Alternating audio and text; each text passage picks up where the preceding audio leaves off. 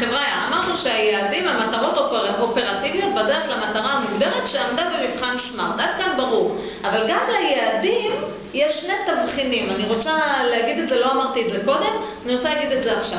גם ליעדים, כדי שיעד יהיה יעד, יש לו שני תבחינים, אוקיי? אחד זה כמות, והשני זה זמן.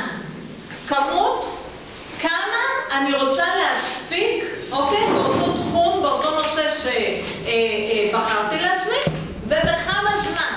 והתחלתי לתת את הדוגמה, נתתי את הדוגמה לגבי, נניח שיש לי את המטרה הראשית, שיפור התכנון בזמן. אגב, אם אני לוקחת את המטרה ואני אומרת, אני רוצה במהלך השנה הקרובה לשפר את התכנון שלי בזמן.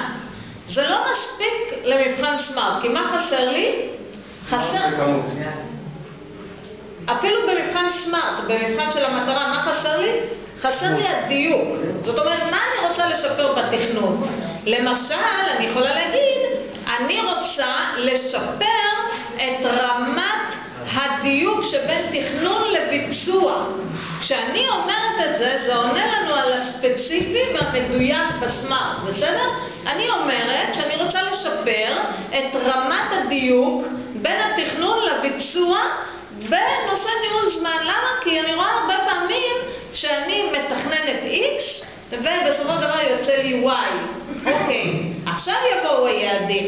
יעד ראשון, בשביל שאני אגדיר יעד ראשון, כפי שאמרנו, כמות וזמן, אני צריכה לדעת את ההבדל, ואת זה אני שואלת אתכם חבר'ה, ההבדל בין תכנון לתזמון. מה ההבדל? מה ההבדל לדעתכם בין תכנון לתזמון? כן. בתכנון זה מה שאת עושה בעיקרון, ותזמון זה בדיוק הזמן שאת מגדירה לעצמך ואת עושה אותו. מצוין, נכון מאוד. בעצם, הרבה פעמים יש כשלים בניהול זמן בשתי רמות. גם ברמה של מה נעשה, וגם ברמה של מתי נעשה.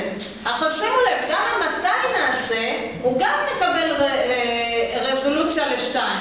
כלומר, מתי נעשה את מה, כן? פלוס כמה זמן ייקח לי. כשאנחנו נלמד מה אני מתכננת לעשות, אנחנו נלמד לתעדף נכון. אוקיי?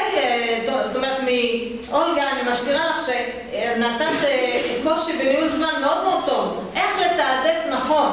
זה לא מספיק לתעדף. יכול להיות שאני מתעדפת את מה שלא נכון לי לעשות. ודיברנו על זה במפגש הקודם, וזה נכון מאוד. הרבה אנשים נופלים על התעדוף הנכון. זאת אומרת, מה אני מתעדפת? השני זה מתי אני מתעדפת.